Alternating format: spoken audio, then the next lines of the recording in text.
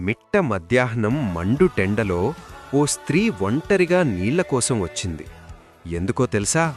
సమాజం సూటిపోటి మాటలు భరించలేక, ఎవరూ లేని సమయంలో వస్తే ప్రశాంతంగా వెళ్ళొచ్చని ఆమె ఆశ.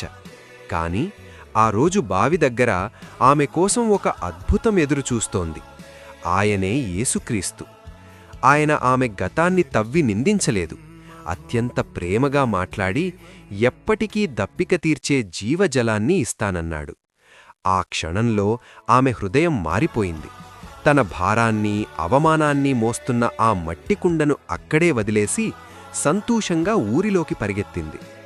చీకటిలో ఉన్న ఆమె వెలుగును పంచే గొప్ప సాక్షిగా మారిపోయింది. ఇదే కదా నిజమైన హృదయమార్పు? మనం దేవునిని నిజంగా కలుసుకున్నప్పుడు మన జీవితం రూపురేఖలు మారిపోతాయి.